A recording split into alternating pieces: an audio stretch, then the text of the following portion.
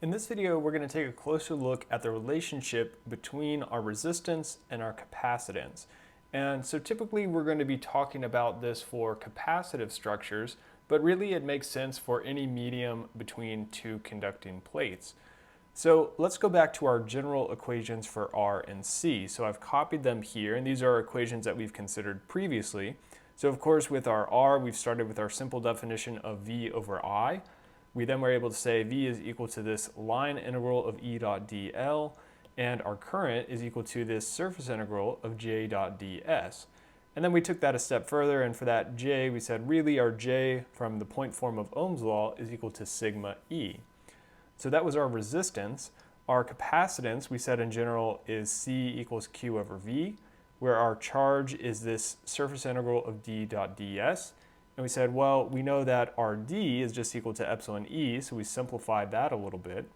And then for our voltage, again, we use that relationship of our line integral of E dot dl. So where we're going with this is we can consider the product of the RC. So if we have R times C, we can essentially just multiply these two expressions together. So let's take this one here, and so let's copy that and put this down here. And so let's copy the expression for RC and bring this down here. Okay, so now we can simplify this a little bit as well if we assume we have a certain type of medium.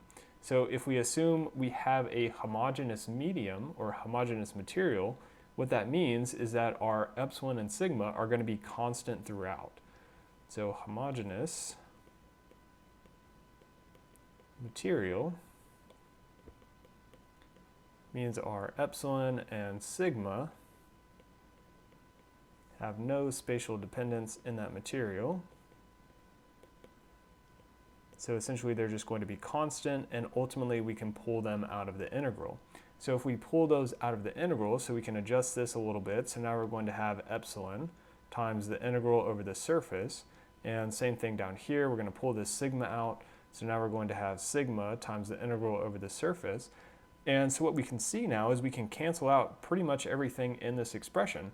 So we have our line integral of E dot dl is going to cancel out, and our surface integral of E dot ds is going to cancel out. And we're just left with our epsilon over sigma.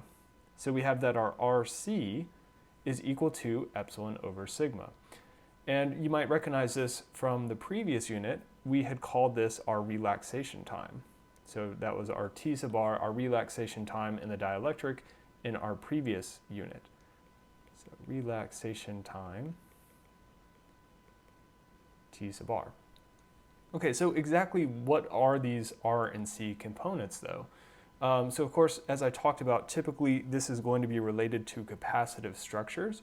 So our C is going to be the capacitor of that structure. So let's focus on a parallel plate capacitor. So we would have C is just going to be equal to epsilon S over D. Now, what exactly is that R value? Is that R the resistance of the plate, what exactly is going on? And so this is a specific type of resistance if we're talking about a capacitor called the leakage resistance between the plates. We can essentially think of it as the resistance of that dielectric material between the two conductors. So leakage resistance between plates.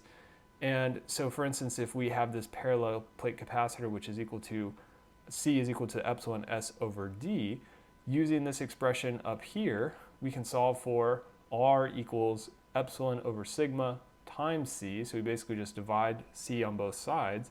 And we would see that the leakage resistance for a parallel plate capacitor is just equal to D over sigma S. And so of course this sigma then is the conductivity of that material between the plates. And so remember, most of these insulators are going to have very low conductivity just by the fact that they're insulators, right? So they're not good conductors. So conductivity of dielectric between our plates. And so for instance, typical conductivities for insulating materials are going to be on the order of 10 to the minus 11 or even higher Siemens per meter.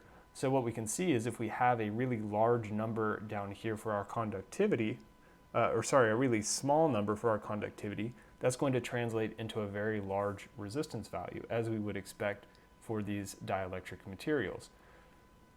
So again, that's just the leakage resistance of our capacitor. So we're not going to have time to work more with these capacitor equations or our boundary value problems, but if you want to see some additional examples, particularly focused on boundary value in the context of capacitors, you can look on pages 256 to 266 in the textbook to see some more examples. As always, as you're working through those examples, if you run into issues or have questions, let me know.